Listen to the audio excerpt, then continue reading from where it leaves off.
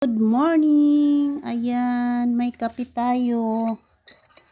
Kape tayo sa maumagang. Anong araw na ba ngayon? Araw ng Miyerkules. Ayan, kape tayo. Guys, ayan, kape tayo. Alam niyo ba ang pagkain na to? Sopas. Ang tawag dito sa amin. Tatlong klase ito. Ito is patatas ang tawag nito. Tapos ito dunggan-dunggan. Tapos kini wala hindi ko alam kung ano ito. Ang pangalan basta ito yung iba't ibang klaseng sopas dito sa amin. Ang sopas sa amin is biskwit. Ganito. Sa Manila kasi yung sopas yung niluluto, 'di ba? Dito biskwit 'yon na nakabalot ng ganito.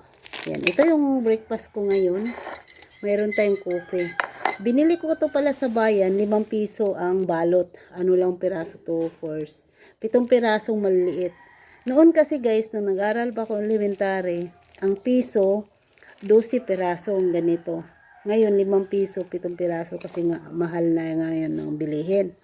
Pasensya nyo na, nakadaster pa ako kasi kagigising ko lang, medyo puyat nga ako dahil alas 2 na yata ako natulog dahil nga nag-ipon ako ng tubig dahil ang agas dito sa amin gabi nga.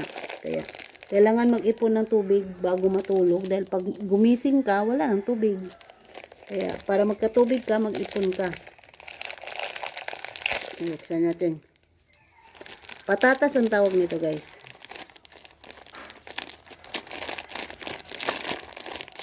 May iba-ibang klase pang biskwit nito. Ito lang binili kong 3 dahil kulang na yung pera kung magpunta ng bayan. Ayan, crunchy.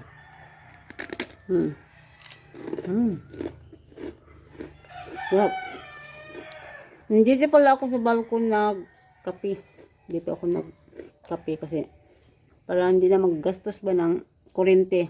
Kasi sa loob madilim, kailangan mo pa ilan kuryente para makatipid tayo sa kuryente. Ito yung coffee natin. Maaga pa ako nag-vlog guys kasi maya may mga tugtog na dito sa amin. Hindi ako pwede makapag-vlog pag may tugtog na dahil copyright.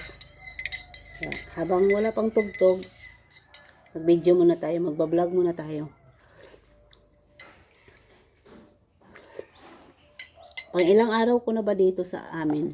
Dumating ako dito Bernis, Sabado, Domingo, Lunes, Martes, Miyerkules. Pang 6 days ko na dito ngayon pala.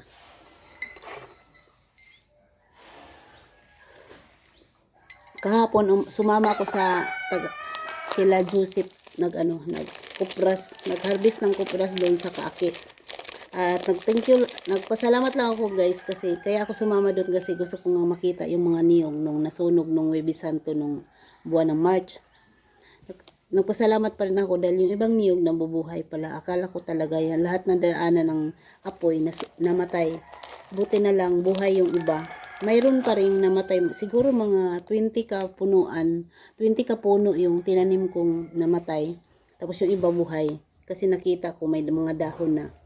Kaya dinadasal ko pa rin na sana umulan para tuluyan talagang mabubuhay yung ibang nasunog. Kasi yung iba hindi na talaga naka-recover, talagang patay na yung dahon. Tapos gusto ko sanang taniman ulit ng panibago yung nasunog na hindi na nabuhay kaso wala pa akong budget dahil nga biglaan nga ang uwi ko dito sa amin, wala sa plano. Kaya umuwi ako dito, wala talagang pera. Kaya sabi ko sa kaila Joseph, hindi muna ako magpatanim kasi nga wala akong budget. Saka na lang kung makabalik ako Maynila at makapag-ipon ulit ako.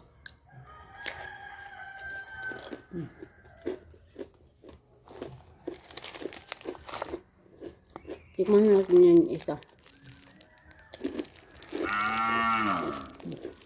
May baka. Tikman natin isa. May aso dito sa baba. Nag-aabang yun sa akin. Aso nila ni Emila. Pag may pagkain dito yung pusa na sobra, binibigay ko sa kanya. Ang kawawa eh. Ito.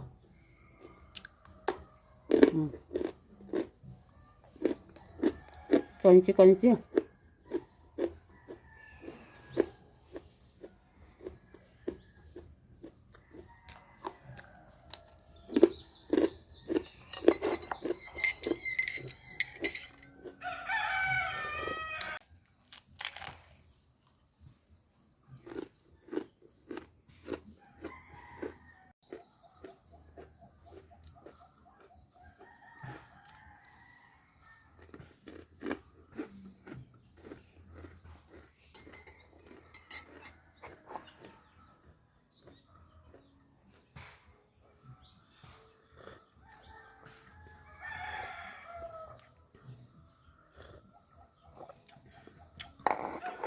Okay guys, thank you for watching. See you sa aking next vlog at saka sa mga aking followers. Thank you so much sa inyong pagsubaybay sa aking mga video.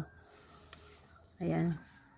End ko na dahil pagkatapos ko dito kumain, maglilinis pa ako ng bahay at readyan ko ng nanay ko ng breakfast. Kasi naligo pa siya. Thank you for watching guys. See you sa aking next vlog. Bye-bye.